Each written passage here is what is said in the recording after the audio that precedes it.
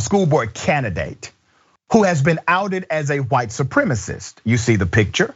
This is in suburban Milwaukee, has been shamed. This alleged white supremacist school board candidate has been shamed into deleting her Twitter account after racist and homophobic tweets. Scarlett Johnson, let's put up a picture. Scarlett Johnson, who is one of the organizers behind the McQuan-Thiensville school board recall election, may have made those tweets disappear, but the controversy surrounding them seems to stay, okay?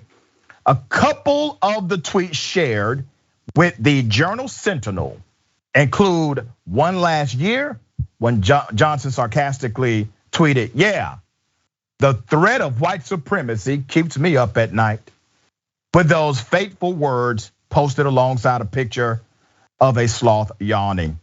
She later tweeted without any hint of sarcasm that, and I quote, "There exists no white supremacist group in the history of America that has taken more black lives than Planned Parenthood."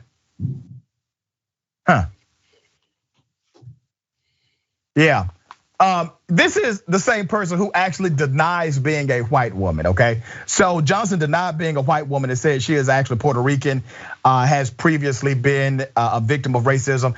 This is classic Karenicity here, by the way, which she points to as proof of her inability to be racist. She says she does not have the capacity to be racist because of that particular background. She said, and I quote, "Very hard to prove I'm not a white supremacist," her words. "But considering I have ethnic, curly, very dark hair, I'd probably not be a very good white supremacist." Once again, she said, very hard to prove I'm not a white supremacist. It goes on. Johnson, who was named to former Wisconsin Lieutenant Governor and current Republican gubernatorial candidate Rebecca Kleefisch campaigns, a grassroots leaderboard on Twitter, also offered up a transphobic question. How many gay men want to date men with vaginas? Now remember, she's running for school board, okay?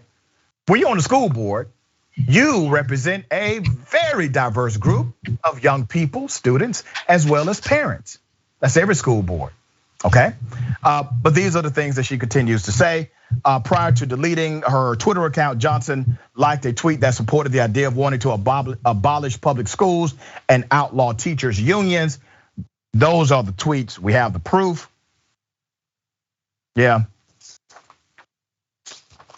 But here's the kicker, everybody.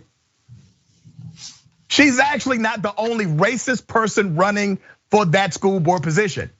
There are others who are running who have said very similar things. So she's basically a candidate who has engaged in white supremacist talk, bigoted talk, racist talk, and homophobic talk.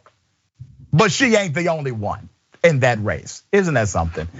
Senator Turner, we said this was going to start happening, that people like this, the worst among us, will seek political power. And here it is. And they will continue to do so. I mean, they definitely do feel emboldened. And this woman should be nowhere near a school board. And let me just clear this up. Systemic racism, is different from an individual being a bigot. That's right. And anybody can be a bigot, anybody can be prejudiced. Yep. So her throwing up that she might not be white, it doesn't matter if she was purple or green, she is a bigot. And there is something called anti-blackness, and it was on full display with this woman. Now, when we talk about systems, she is running for a school board, which is a body of power.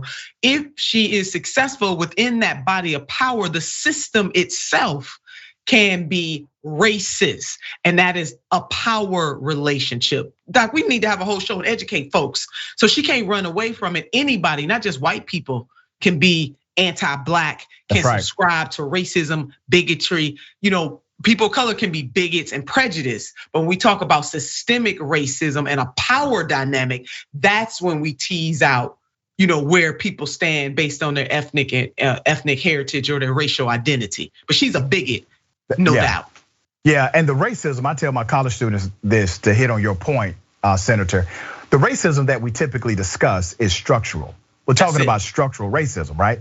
That means if you're not actively deconstructing structural racism, you are either a volunteer as participant or you are unwilling as a participant, but the outcome is the same for those who experience the bias of structural racism. So if you're not engaging in deconstructing that model, you are engaging in protecting and constructing the model.